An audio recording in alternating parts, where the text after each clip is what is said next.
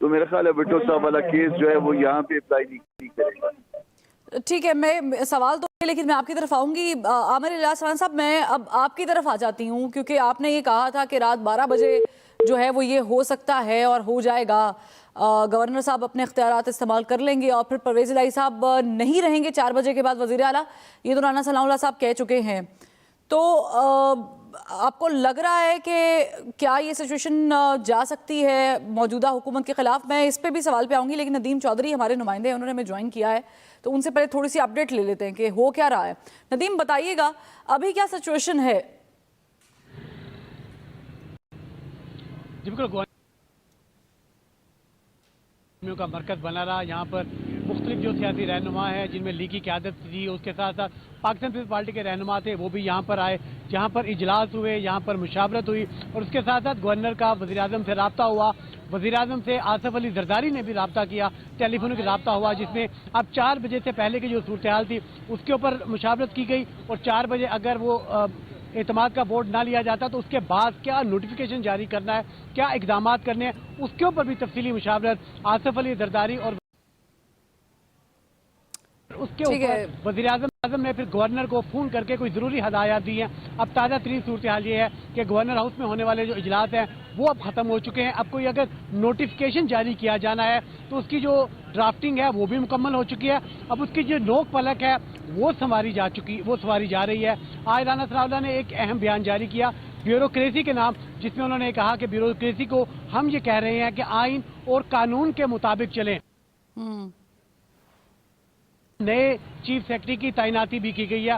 گزشتہ 4 ماہ سے پنجاب میں کوئی بھی چیف سیکرٹری تعینات نہیں تھا. تو آج اس اہم موقع کے اوپر جب یہاں پر وزیر اعلیٰ پنجاب کی ممکنہ رخصتی ہو سکتی ہے یا کہیں پر ایسا کوئی امکان ہو میں کسی نئے چیف سیکرٹری کی تعیناتی ایک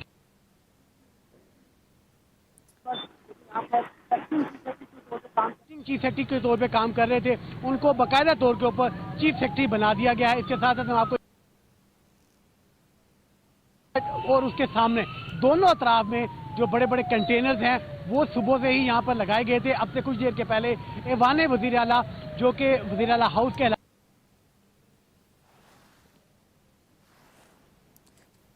ٹھیک ہے ندیم، آپ اپڈیٹ کر رہے تھے، شکریہ. عامر الیاس صاحب آپ کی طرف آ جاؤں گی. سوال وہی ہے، پیچیدگیاں وہیں پر ہی کھڑی ہیں. قانونی ماہر نے بھی روشنی ڈال دی ہے کہ آپشنز تو پی ٹی آئی کے پاس بھی موجود ہیں. تو کیا اس کے قوی امکان ہیں کہ 12 بجے کے بعد پرویز الہی صاحب وزیر اعلیٰ نہیں رہیں گے؟ اگر قانونی ماہرین یہ کام نہ کریں تو انہیں ماہر کون کہے گا؟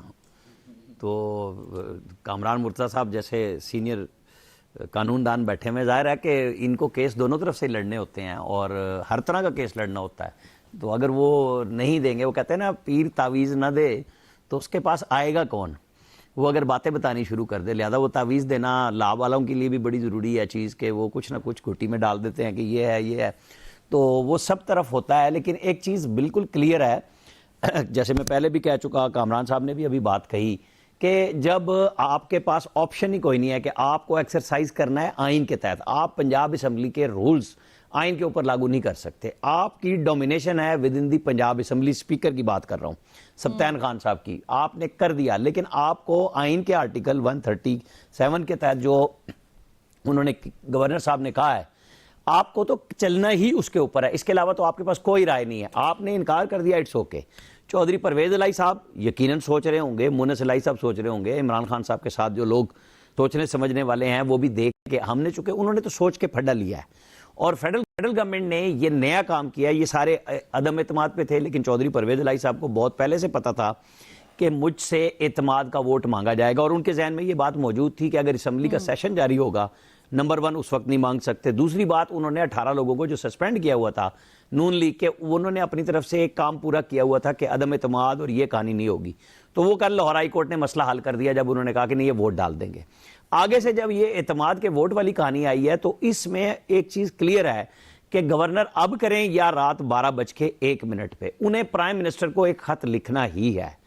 اتمام حجت کے لیے ہو سکتا ہے اسپیکر کے پاس خط پہنچ گیا ہو یا چلا جائے. صبح ہم نے بھی یہ بات کہی تھی کہ ایک خط کی تیاری موجود تھی، وہ کل رات سے موجود تھا کہ اگر یہ جو انہوں نے خط اسپیکر صاحب نے 2 صفحوں کی رولنگ بنا لیں، اسے جو بھی کہہ لیں آپ، وہ دی ہے کہ آپ ڈیفائی کرنے جا رہے ہیں تو وہ کہہ سکتے ہیں کہ آپ نے یہ کام غلط کیا، اور ساتھ وزیر اعظم کو ان کو خط لکھنا پڑے گا جی یہاں پہ کانسٹیٹیوشنل مشینری جو ہے وہ اپنا کام کرنے میں فیل ہو چکی ہے، لہذا یہاں پہ آئینی بریک ڈاؤن ہے اور آپ اقدامات لیجئے، اور وہ ہوتا ہے آرٹیکل 234 کے تحت گورنر کا۔ دوسرا وہ ہے بڑا سادہ سا کہ وہ یہ نہیں کرتے تو وہ کہیں گے کہ جی ہم ان کو کام سے روک رہے ہیں، اور یہ تا حکم ثانی ظاہرہ چیف منسٹر رہیں گے اگلے چیف منسٹر کے آنے تک، اور ہم الیکشن کراتے ہیں۔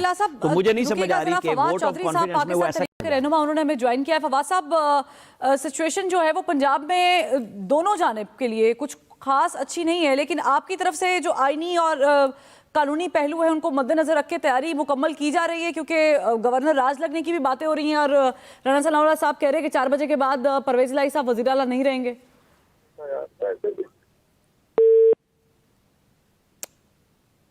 ٹھیک ہے، فواد چودھری صاحب سے دوبارہ رابطہ کرتے ہیں۔ عامر الہ صاحب آپ کنٹینیو کیجئے گا پلیز۔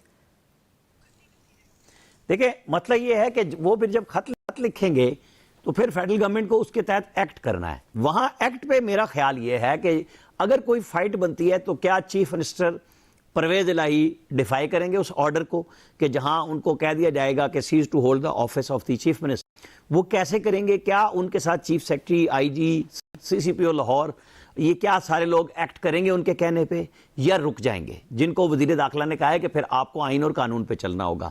اور آج جب ٹرانسمیشن شروع ہو رہی تھی 1 بجے تو اتفاق سے اسی وقت یہ خبر بھی آئی تھی جو ہم نے اس وقت بریک کی کہ چیف سیکرٹری پنجاب مستقل طور پہ عبداللہ سنبل لگا دیے گئے ہیں۔ تو اس میں چیف سیکرٹری کا بڑا رول ہوتا ہے، اور اس کے اندر ہائی کورٹس کی انسٹرکشن موجود ہیں پہلے سے ان کے لیے، وہ دائرہ چیف سیکرٹری کے نام پہ ہوتی ہے نا، اس میں کامران علی افضل لکھ دیں یا عبداللہ سنبل لکھ دیں، فواد چودھری صاحب نے ایک مرتبہ پھر جوائن کیا۔ فواد صاحب بتائیے گا کہ آپ لوگوں کی قانونی تیاری مکمل ہے؟ 4 بجے کے بعد وزیر اعلیٰ نہیں رہیں گے یہ کہہ رہے ہیں رانا ثناء اللہ صاحب۔ دیکھیے رانا صاحب کا مسئلہ یہ ہے کہ انہوں نے زندگی میں کبھی آئین نہیں پڑھا، ظاہر ہے انہوں نے میٹرک بھی اب خود اسی حالت ہوتا ہے۔ تو ابھی پرابلم یہ ہے کہ اگر ان سے میں کہتا ہوں کہ جو اسپیکر کی رولنگ ہے وہ پڑھ لے، اصل میں وزیر اعلیٰ کا تو اس معاملے سے تعلق ہی نہیں ہے۔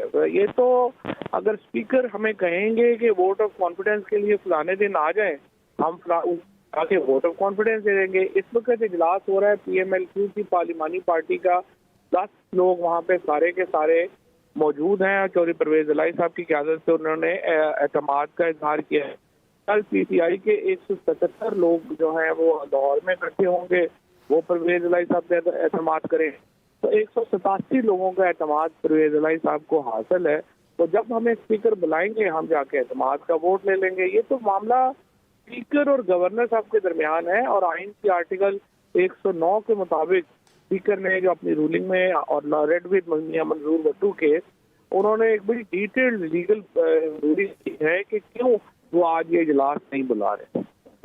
ٹھیک ہے، لیکن فواد چودھری صاحب اس وقت تو جو سینیریو ہے اس پہ کیا آپ کو لگ رہا ہے کہ پرویز الہی صاحب اپنی سیٹ جو ہے وہ جمعے تک بچا پائیں گے؟ نہیں، ان کی جو سیٹ ہے اس کو کوئی خطرہ نہیں ہے نا۔ اجلاس جو ہے وہ کرنا تو وزیر اعلیٰ کا کام تو نہیں ہے نا، وہ تو اسپیکر کا کام ہے۔ اسپیکر اجلاس بلائیں گے، اس میں وہ ووٹ آف کانفیڈنس ہو جائے گا۔ فواد چودھری صاحب معذرت چاہوں گی قطع کلامی، اس وقت ہمیں لائیو جانا پڑ رہا ہے۔ Prime minister of Pakistan Shehbaz Sharif Sahab اس وقت جو ہے سیلاب متاثرین سے خطاب کر رہے ہیں۔